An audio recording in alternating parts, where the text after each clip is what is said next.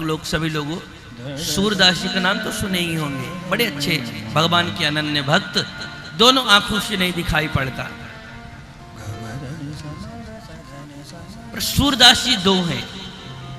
एक सूरदास जी जो भगवान के अनन्य भक्त हैं वो तो ही हैं, दूसरे जो सूरदास जी हैं वो भी अनन्य भक्त हैं। पर जो दूसरे सूरदास जी हैं उनका नाम विल्ल मंगल है और वो जन्मांध नहीं थे।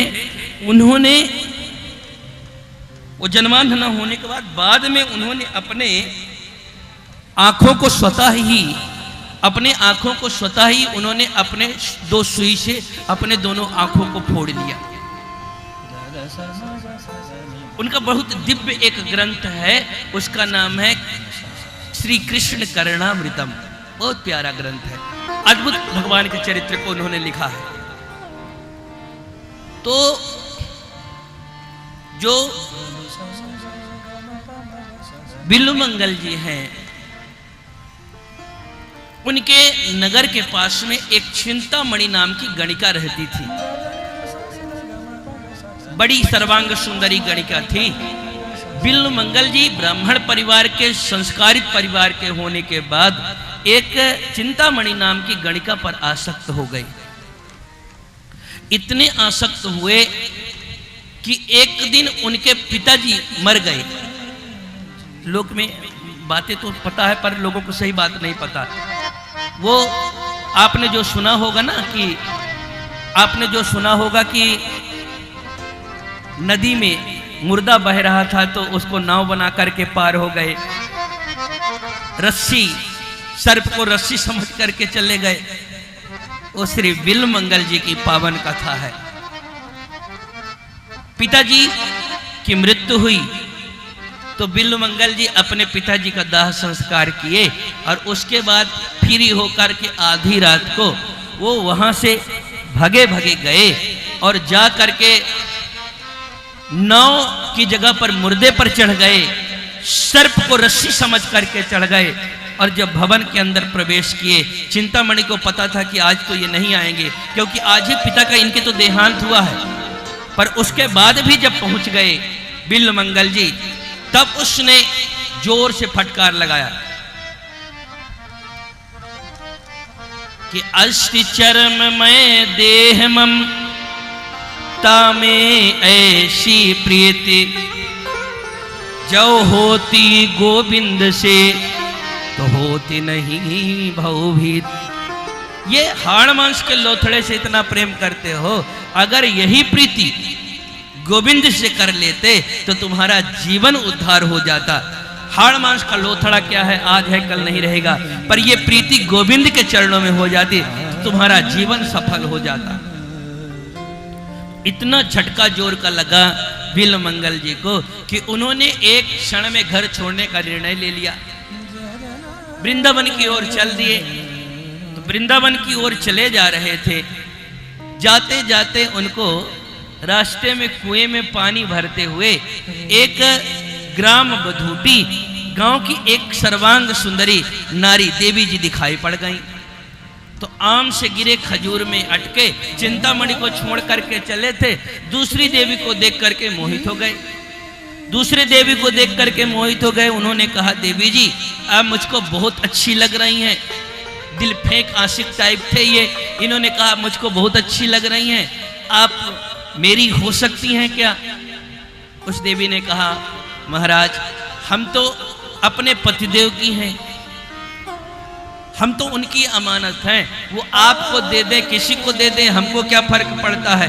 पर अगर आपको मुझको चाहते हैं आप, तो आपको तो फिर मेरे पतिदेव से बात करना पड़ेगा, आपको उनके पास जाना पड़ेगा। बोले मैं कैसे बात करूंगा? बोले आप आज्ञा दे तो मैं ही बात कर लेती हूँ। उन्होंने कहा ठीक है। तो उसके पीछे पानी पीने के बाद घर चले गए और उसने जाकर के इनकी विल्ल मंगल जी की सारी बात अपने पति से बताया। पति महान भगवत भक्त था, इतना धार्मिक था। उसने कहा अगर एक महापुरुष कोई हाड़ मांस की लोथड़े की कामना करने के लिए चला आ रहा है, अगर वो तुमको चाहते हैं तो तुम प्रेम पूर्वक जाओ, मेरी अनुमति है। उन्होंने भी भेज दिया। ऐसे भी दाता जब वो भी चले गए तो उसने अपने पति की बात को बताई कि पति ने कहा है कि आप मेरे पास चले आओ। तो जैसे पति ने कहा ये बात, अब मैं आपकी हूं, मैं आपकी सेवा में समर्पित हूं, तब उनको एक बार जोर का एक झटका जैसा लगा। एक हम इतने अभागी हैं कि गोविंद के लिए घर परिवार सब छोड़ करके चले आए और इसमें आसक्त हो गए। पहले चिंतामणि में आसक्त थे, अब चिंतामणि से छूटे तो इस पे आसक्त हो गए। और एक इसका पति है कि एक गृहस्थ में रह करके इतना संत परायण है, इतना भगवत भक्त है कि एक क्षण में सारा मोह तोड़ दिया। तो उनको जब ज्ञान हुआ, उन्होंने उस देवी को कहा, देवी अब मेरी सेवा में आप हाजिर हो तो मेरी आज्ञा भी मानो, जरा 2 सुई लेकर के आना। चली गई सुई लेने के लिए, 2 सुई लेकर आई। ये लीजिए महाराज। दोनों सुई हाथ में लिया, वो तो कुछ समझ नहीं पाई। देखते देखते उन्होंने अपने दोनों आंखों में दोनों सुई को चुभो दिया। ये आंख ही सारे समस्या का कारण है। ये आंख ही इधर उधर देख करके भटकाती रहती है। न तो आज के बाद आंख रहेगी, न तो इधर उधर देखेंगे। अब तो देखना होगा तो केवल गोविंद को देखेंगे। जब दुनिया को देखेंगे ही नहीं, तब भटकने का कोई चांस ही नहीं रहेगा। बड़ा पश्चाताप किया और वृंदावन की ओर पूछते हुए चल दिए। जब आगे चले, गोविंद के लिए इन्होंने सब कुछ, अपना घर द्वार परिवार छोड़ा था। तो जब आगे वहां से चले तो उनके चलते ही अंधेरा हो रहा था। गोविंद का नाम लेते हुए चल रहे हैं। सामने कुआं है, कुएं में गिरने वाले हैं। दुनिया भले भूल जाए, पर जिस गोविंद के लिए उन्होंने दुनिया को छोड़ा है, भला वो गोविंद कन्हैया भला कैसे रुक सकते थे। तो 7 साल के छोटे से कन्हैया आ गए। बाबा आगे मत जाना, गहरा कुआं है, गिर जाओगे, आओ मैं रास्ता दिखा देता हूं। तो कन्हैया बिल्वमंगल जी के हाथ को पकड़ करके आगे लेके चलने लगी। भगवान का स्पर्श इतना सुखद था, भगवान जिसको छू ले उसकी कौन सी दशा होगी। बिल्वमंगल जी पूछा, आप कौन? कन्हैया ने कहा, मैं ग्वाला हूं, मेरी आज गाय गुम गई, लौट के आई नहीं, तो मेरी मैया ने मुझको डांटा, इसलिए मैं गैया को ढूंढने के लिए चल रहा था। बीच में देखा कि आप गिर जा रहे हो, इसलिए मैंने आपको बचाने के लिए आपको रास्ता दिखाने लगा। बिल्वमंगल जी समझ गए ये कोई और नहीं, ये तो मेरा कन्हैया ही है, मेरा गोविंद है। ऐसा मन में विचार करके देखते देखते बात करते करते चालाकी पूर्वक बिल्वमंगल जी ने छोटे से कन्हैया के जोर से हाथ को पकड़ लिया। और बिल्वमंगल जी ने कहा, कन्हैया मैंने पहचान लिया, आप कोई ग्वाले नहीं, आप तो मेरे प्राण प्रीतम कन्हैया हो, आप तो मुझको बचाने के लिए आए हो। अब मैं आपको कभी नहीं छोड़ूंगा, मैं पकड़ के रखूंगा।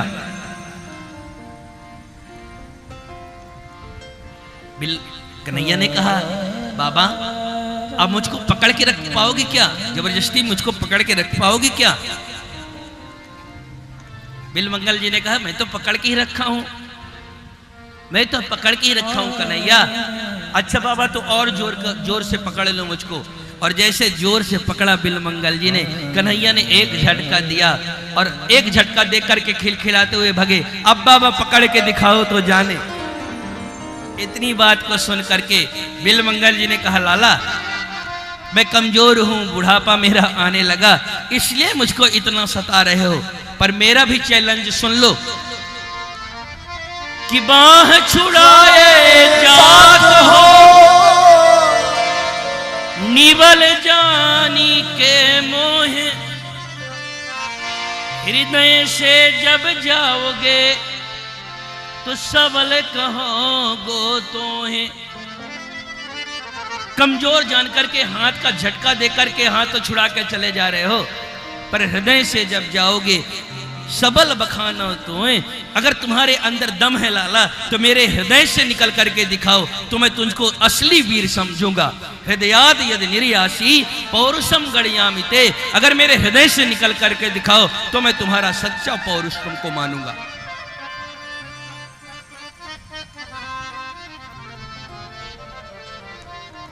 ये तो भक्त हैं साहब, चैलेंज भी कर देते हैं। तो भगवान एक बार जिन नजरों में बस जाए फिर दुनिया को कुछ देखना थोड़ी बाकी रहता है। एक बार जिसने देख लिया, अरे लखी जिन लाल की मुस्कान, लखी जिन लाल की मुस्कान। एक बार जिसने देखा, ताहि बिसरी वेद विधि जप जोग संयम ध्यान, नेम व्रत आचार पूजा पाठ गीता ज्ञान, लखी जिन लाल की मुस्कान, लखी जिन लाल की मुस्कान। रसिक भक्तन दृगदई अस खींच के मुख म्यान, लखी जिन लाल की मुस्कान, लखी जिन लाल की मुस्कान। एक बार जिसने देखा वो तो फिर भगवान का ही हो गया।